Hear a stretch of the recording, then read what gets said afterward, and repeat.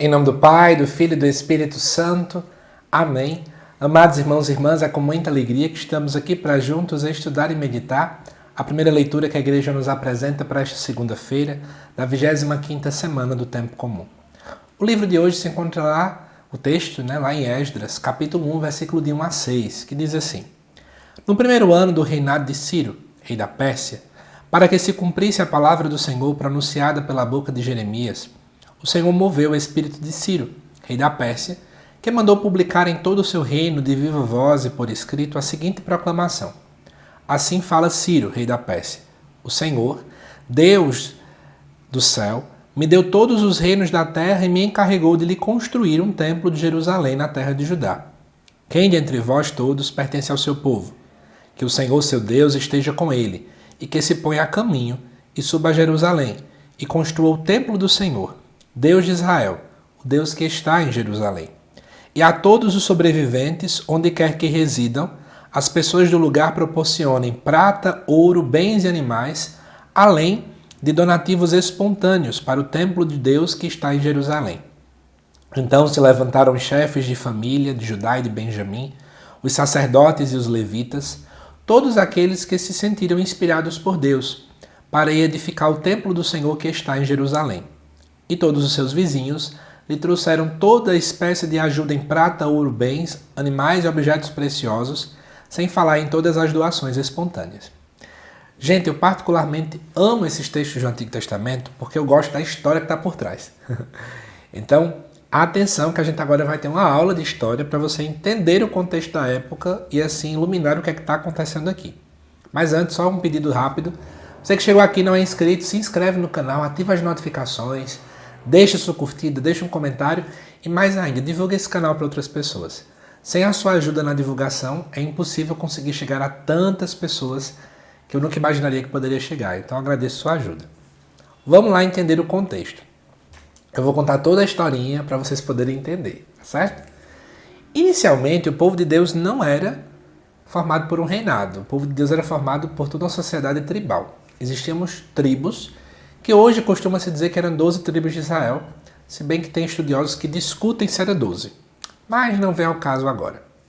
Só que depois de um tempo, o povo começou a olhar as regiões circunvizinhas. Eles disseram, nossa, o povo tem rei, a gente também devia ter um. E aí o povo acaba fazendo todo um levante para que pudesse ter um reinado, e aí começa de fato a ter um reinado. A gente tem rei Davi, rei Salomão, rei Saul, enfim. E o último rei, na verdade, que existiu foi o rei Salomão. Muito famoso, inclusive, porque se diz que ele era muito sábio e por aí vai, etc. Só que quando o rei Salomão ele morre, o que acontece? O povo, de um lado, tinha um grupo que queria continuar vivendo a mesma dinâmica. Outro grupo não queria viver. E que dinâmica era essa? A alta cobrança de impostos. Porque o rei Salomão exigia muito do povo. Então existia um povo que não queria de modo algum continuar pagando aquele monte de imposto. Então o reino se dividiu em dois. Reino do Norte e Reino do Sul. Vamos focar a nossa atenção no Reino do Sul. O Reino do Sul tinha como capital a cidade de Jerusalém. E lá existia o famoso Templo de Jerusalém, que era o centro de todo o culto religioso do povo judeu. Só que acontece, depois de um tempo, muito tempo depois foi se passando, um dia o Império Babilônico invade aquela região de Jerusalém. Na verdade, acontecem duas invasões. Na segunda, o Templo de Jerusalém é completamente destruído. O povo passa mais de 60 anos fora de sua terra, exilado lá no território da Babilônia, e obviamente profetas se levantaram, como por exemplo o profeta Jeremias, que é falado aqui dentro do versículo número 1, falando que para que se cumprisse o que o profeta Jeremias falava. Isso porque muitos profetas ficavam dizendo, gente, vamos lá, escutemos a palavra de Deus, Deus nos escuta, Deus vai fazer a gente voltar. E o povo não acreditava. Só que eis que o Império Persa agora vence. E quem é que dominava o Império Persa? Era o chamado rei Ciro. Tá? E você agora começa a entender o versículo 1. Quando o imperador vence, ele tem uma estratégia. O povo na época não entendia, tá bom? Não era nada muito legal. A ideia dele faz o seguinte, para a gente conseguir pegar ainda mais imposto do povo e para a gente conseguir controlar o povo, vamos permitir com que eles pratiquem a religião deles. Mas é aquela estratégia. Nós vamos ter o controle ainda.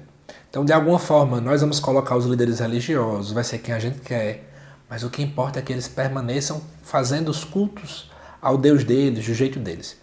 Diferente do Império Babilônico, que não concordava com isso, o Império Persa vem com outra estratégia. Obviamente o povo, a priori, por muita inocência, começa a achar que estava tudo bem, que de fato o imperador Ciro, o rei Ciro, ele era alguém bom. Entendeu a lógica? Por esse motivo que o texto de Esdras aparece assim. E o que é que nós vemos nesse texto de Esdras? Que o povo só enxerga a mão de Deus dentro do rei, que Deus foi que movimentou o coração dele para que o templo fosse reconstruído, e de fato começa toda uma política de reconstrução. Mas, porém, todavia, entretanto, depois a gente percebe que ele não era lá essas coisas. Mas o texto não quer falar se Ciro era bom ou era ruim. Qual é o objetivo desse texto de hoje? É falar da união do povo para reconstruir o templo. E aí vem a parte bonita. A nossa igreja só é reconstruída, o nome do Senhor só é de fato anunciado quando nós nos sentimos corresponsáveis pela construção do reino de Deus. O grande problema é que a gente sempre quer jogar a responsabilidade para o outro. Ah, deixa isso com o padre, deixa isso com o coordenador, não manda ele dar assim. Ah, deixa isso com fulano de tal que tem tempo. Eu não vou me envolver. Quantos de nós temos esse tipo de mentalidade, né? De que eu não quero me envolver, de que parece que eu não faço parte da situação, de que a obra também não me pertence, por aí vai. Esse tipo de pensamento é um pensamento completamente equivocado diante do reino dos céus. Nós precisamos entender, amados irmãos e irmãs, de que com efeito, né, nós somos corresponsáveis. Nós precisamos dar as mãos. Quando eu vejo que a minha paróquia não está boa, eu preciso ir lá e ajudar. A minha oração, o meu serviço, o meu agir, a minha missão, tudo isso conta e é muito importante para o reino. A mesma coisa vale para a construção de um mundo melhor. Quantas vezes a gente só quer que o outro é que resolva, eu não quero me envolver, eu não quero fazer parte. Eu também sou responsável. Então, isso vale para tudo. Política, não lavar as mãos e votar nulo. Né? Isso vale para as intervenções que nós acabamos fazendo no decorrer da história, de chegar para o outro, fazer uma correção fraterna, de poder também chegar e opinar e não ser omisso. Que nós possamos então começar a entender, à luz desse texto, que a gente é corresponsável. Nós somos importantes. A minha opinião, a minha voz, a minha ajuda, o meu serviço. Que a gente possa começar essa semana, né, com essa visão. Eu também sou importante, eu também preciso ajudar, a obra também é minha, eu também sou igreja, a igreja somos nós.